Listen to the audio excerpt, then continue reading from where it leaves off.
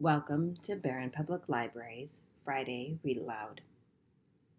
May is National Mental Health Awareness Month. And with that, my focus has moved to emotional and mental health of the families that surround us, especially as we continue to have our lives changed by COVID. The dynamics of family life right now are challenging. So I'll be sharing a couple of books about how we can lean into our trust and connections with the most important people in our world, our families. Today, a book about brothers. Benji, The Bad Day, and Me by Sally J. Pla, illustrated by Ken Min. At recess, I got yelled at for kicking the fence. At lunch, they ran out of my favorite pizza, so I didn't eat. And on the bus home, the driver missed my stop, so I had to walk all the way back in the rain. Now I'm hungry, cold, and wet. Grrr. Shh, says Mom as soon as I open the door. Benji's playing in his box. When Benji's in his box, it's because he's had a bad day at preschool. When Benji's had a bad day, we tiptoe and speak softly. When I've had a bad day, no one tiptoes or speaks softly. Benji, Mama, and I made that box last summer. Mama cut the window flaps, and Benji and I splashed on the paint. Inside, it's cozy and safe, but only big enough for Benji and his blue blanket. I sure wish I had a box for days like this. Benji wiggles his fingers at me. Hi, Benji, I say softly. Benji's face appears.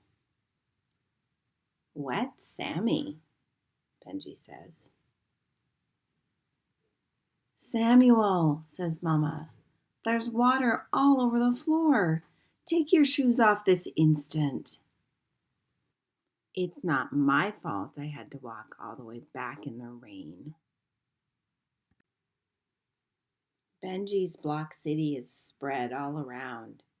Watch your step, Mama says. Benji's been working hard on that. I know, I helped, I start to say.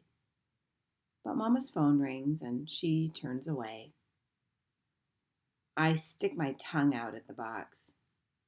I do my best karate kick high in the air above Benji's block city. Ka-cha! I've always wanted to learn karate. Ma says I can't right now because the classes are on Tuesdays, and that's when we have to visit the super happy lady at Benji's clinic downtown. Let's bounce the ball, super happy lady likes to say, but Benji never does. Let's play a game, but Benji never plays. Meanwhile, I'm told to sit in the waiting room and not bother anyone. On super happy lady days, we always get home tired. So Mama will make berry smoothies to help us feel better.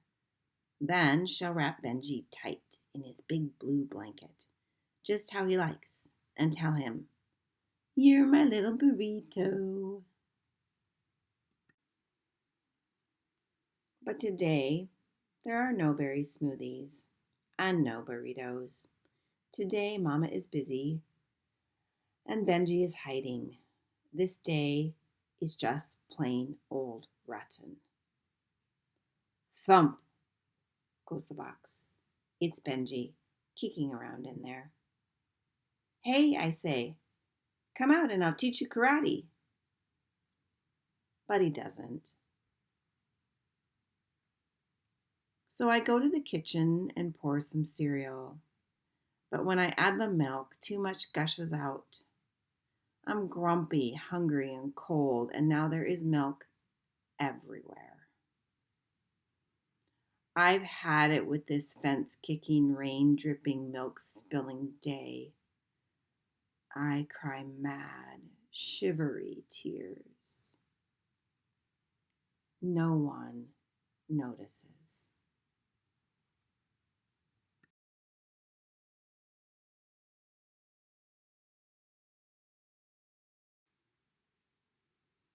Kathunk. Benji's coming out.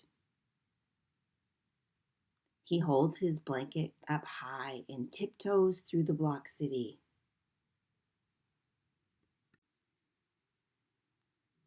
Benji spreads his blanket flat on the floor.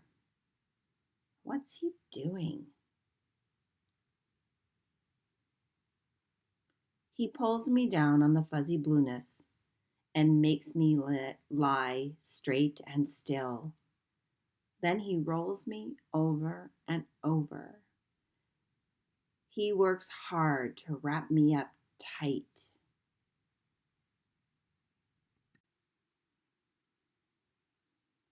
Benji leans over me. His forehead clunks my forehead. His eyes look right in my eyes. You're my little burrito, he says.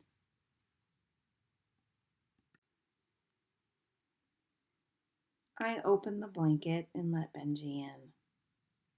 You're my little brother, I say. And that's how Mama finds us. Can I come in too? She asks. Whether the day is good or bad, Benji and I will be okay. That's because the two of us are brothers. Side by side is where we are and how we'll always be.